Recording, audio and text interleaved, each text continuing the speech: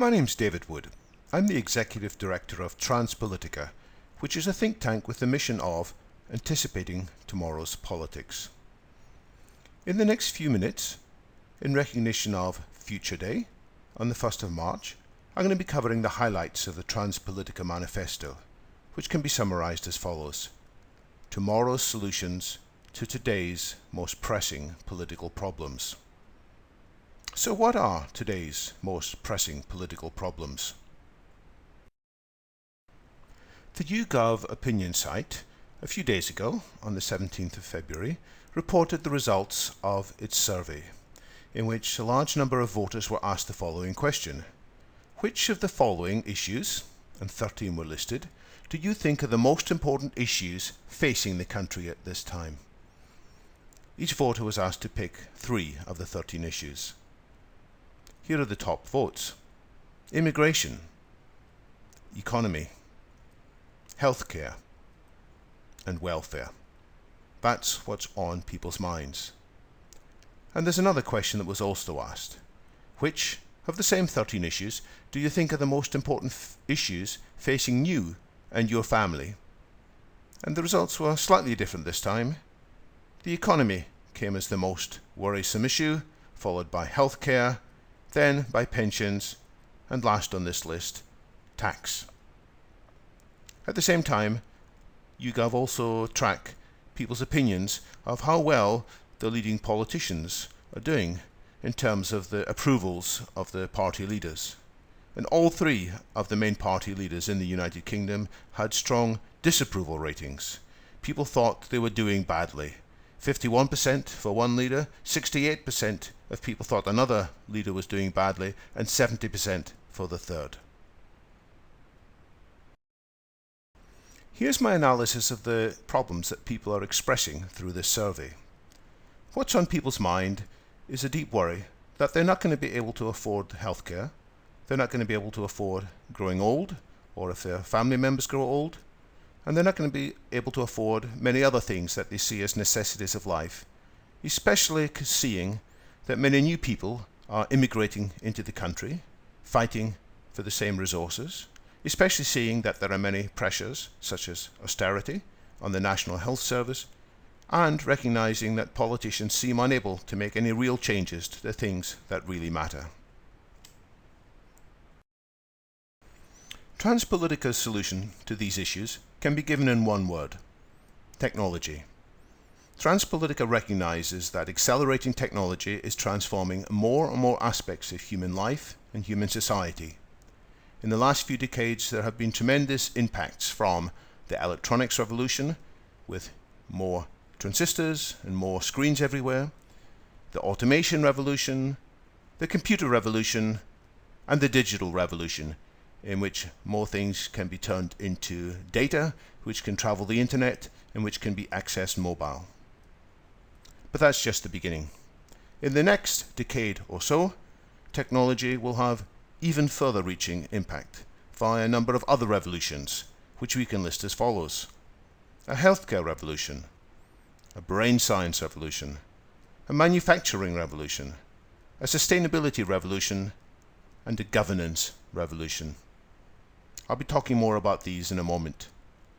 But the end conclusion of all of these is the potential to achieve abundance. These revolutions will provide enough healthcare, will provide enough intelligence, will provide enough goods of all sorts in a sustainable way so that there's plenty for everybody. This can happen, as I say, in just 1 or 2 decades. Indeed, Transpolitica observes that there could be even bigger changes in the next 10 years than have happened in any previous 10-year period.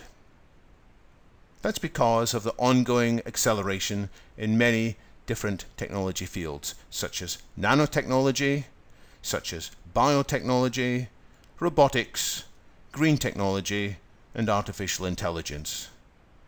These various technological developments are converging with each other and progressing each other in a remarkable way. But to be clear, there's nothing to be taken for granted about the positive impact of these technologies. Indeed, these positive changes will only happen providing these technologies receive sufficient funding, sufficient focus, and sufficient regulatory support. In short, they need a positive political climate, and that is what Transpolitica is advocating.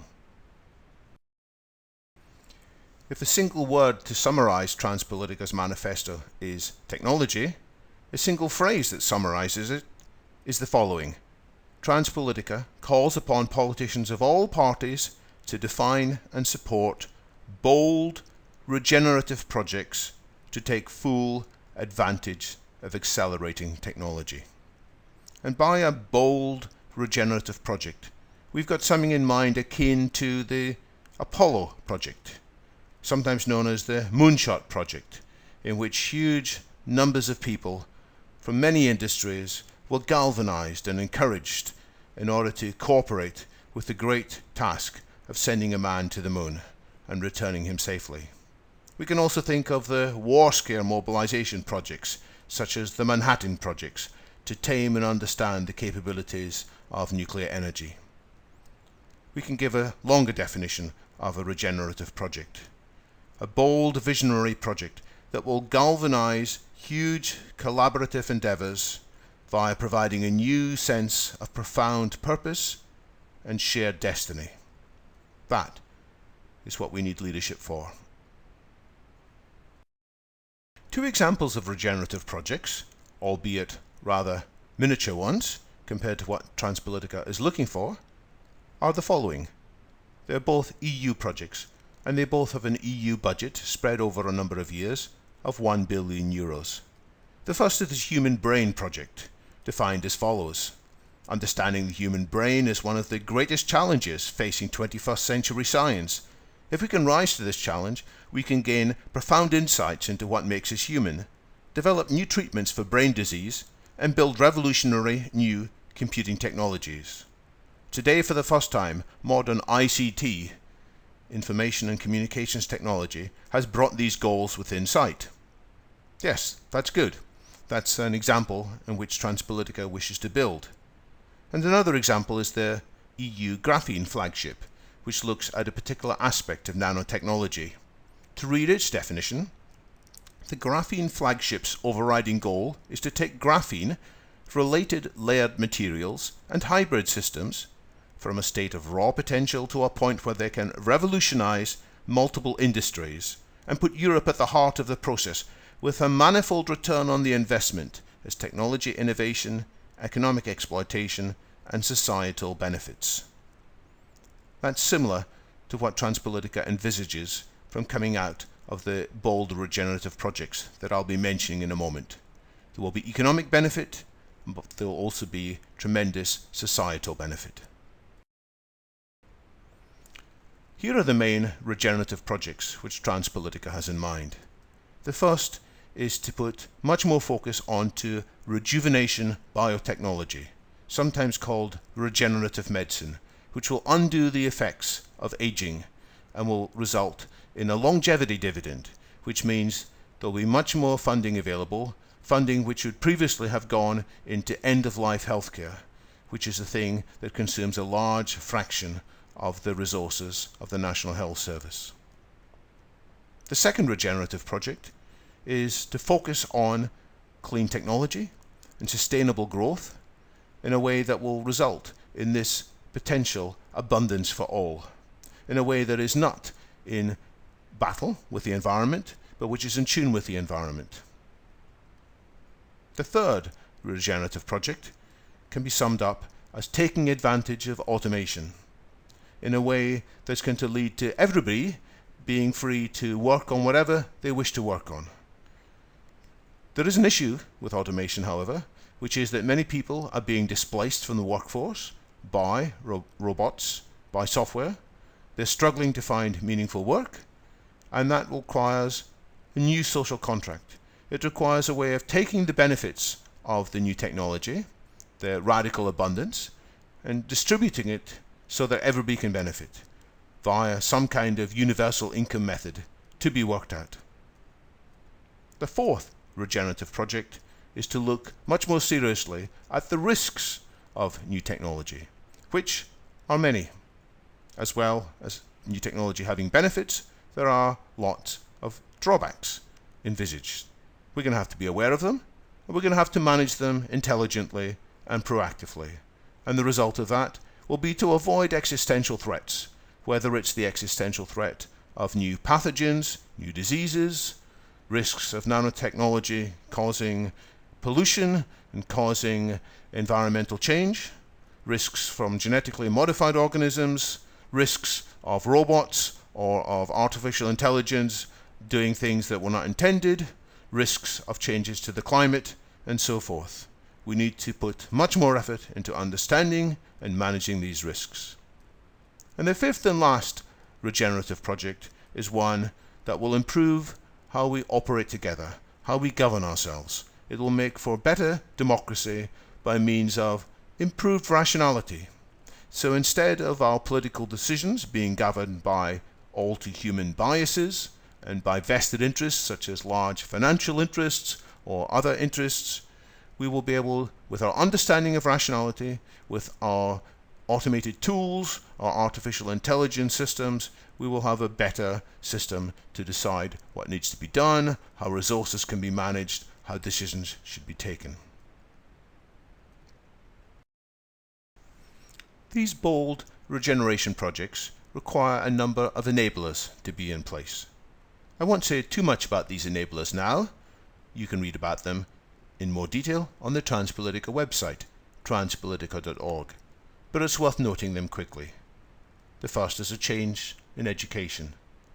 We advocate a transformation in education in readiness for a radically different future, in which the challenges will be significantly different from the challenges that people were learning about in the past. Second, we wish to change the regulatory system so that 21st century science and technology is no longer constrained by the regulatory system which made more sense in the 20th century. So we talk about a proactionary regulatory system that will fast-track innovative breakthroughs while still having an eye on the potential drawbacks. Third, we advocate a progressive transhumanist rights agenda. You can read more about that on the Transpolitica website.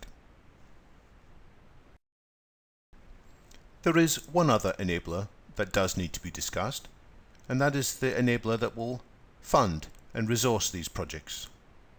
And Transpolitica sees 7 possible ways in which this might happen.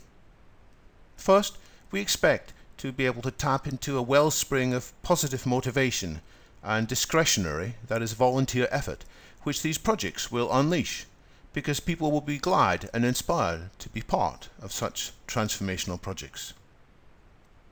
Second, we expect there will be significant benefits from the longevity dividend, because once rejuvenation biotechnology is in place, then there will be much less need for budget to be consumed by end-of-life healthcare, because people will be living much longer.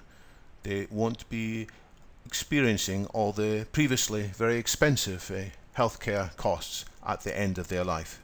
This is in line with the principle that prevention is cheaper than cure. Third, we look forward to smarter forms of international cooperation, without each country needing to do its own version of each of these regenerative projects. Instead, we can anticipate reducing costs from efforts no longer being duplicated between different countries.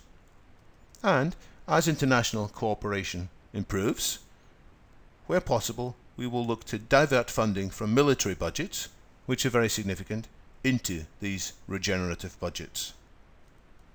Fifth, we think it's very important to eliminate the loopholes which are currently allowing multinational companies with very huge revenues to shuffle these revenues between countries and thereby avoid paying due taxes.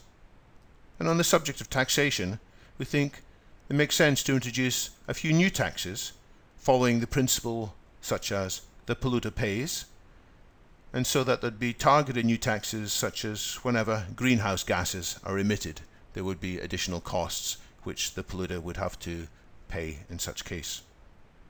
Finally, we expect there will be many ongoing savings from applying the principles of automation and information technology wherever applicable, and these savings can be applied into the bold regenerative projects. That's my quick summary of the Transpolitica Manifesto, tomorrow's solutions to today's most pressing political problems, which I have been introducing as a mark of Future Day, the 1st of March. You can find out more about this on the Transpolitica website. And if you think these projects deserve support, please do get in touch. Thank you very much.